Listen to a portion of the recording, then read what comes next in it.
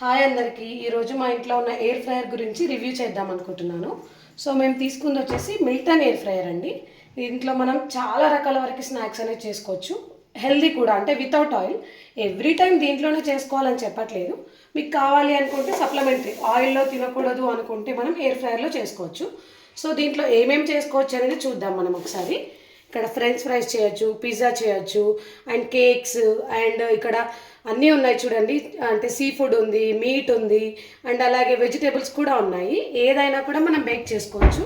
ఇక్కడ degrees and time అనేది set చేసుకొని పెట్టుకోవాలి. సో ఇక్కడ మనం ఫర్ ఎగ్జాంపుల్ ఏదైనా వెజిటేబుల్ తీసుకున్నాం అనుకోండి, ఇక్కడ చూడండి 180 degrees 15 minutes. అంటే క్యారెట్ చిప్స్ కానీ, లేదంటే కనుక మనం బ్రాకలీ ఏదైనా ఫ్రై చేయడానికి కానీ, లేదంటే క్యాలీఫ్లవర్ ఫ్రై చేయడానికి కానీ ఈ టెంపరేచర్ అండ్ ఈ మినిట్స్ అనేది సెట్ చేసుకుంటే సరిపోతుంది.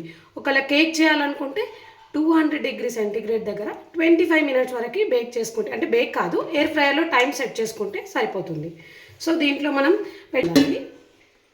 ఈ ట్రేలో మనకు ఒక ట్రే ఇస్తాడు, మనం ఏదైనా బేక్ చేసుకోవడానికి కానీ ఎయిర్ ఫ్రైయర్లో పెట్టడానికి కానీ. అది ఎలా ఉంటుందో చూపిస్తాను. సో ఇలా ఉంటుందండి మనకి ఈ ట్రే అనేది. సో దీంట్లో ఇలా ఒక ఐరన్ ట్రే వస్తుంది. మనం దీనిపైన పెట్టాలి ఏ ఐటమ్ అయినా. అంటే ఒకవేళ ఎకో షీట్ పెట్టినా, లేదు అంటే కనుక మనకి ఈ సిలికాన్ ట్రేస్ ఉంటాయి ఎయిర్ ఫ్రైయర్లో పెట్టుకోవడానికని.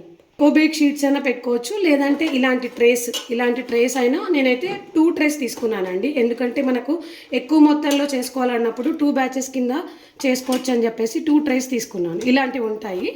ఇదిగోండి చూడండి, ఇలాంటి ట్రే అనేది ఉంటుంది. ఇందులో పెట్టేసి మనం బేక్ చేసుకోవచ్చు. మనకి ఏ ఐటెం కావాలనుకుంటే ఆ ఐటెంని ఇందులో పెట్టి ఇది క్లోజ్ చేసి, ఇక్కడ టైమర్ అనేది ఉంటుంది, ఇది ఆన్ చేశాను. టైమర్ ఉండేది, ఈ టైమర్ దగ్గరికి వెళ్ళి మనం డిక్రీజ్ లేదంటే ఇంక్రీజ్ ఇలా చేసుకోవచ్చు. అలాగే ఈ పక్కన టెంపరేచర్ 200 degrees అంటే 200, కిందికి ప్రెస్ చేస్తే 555 అలా తగ్గుతూ పోతుంది, పైకి ప్రెస్ చేస్తే ఇంక్రీజ్ అవుతూ పోతుంది.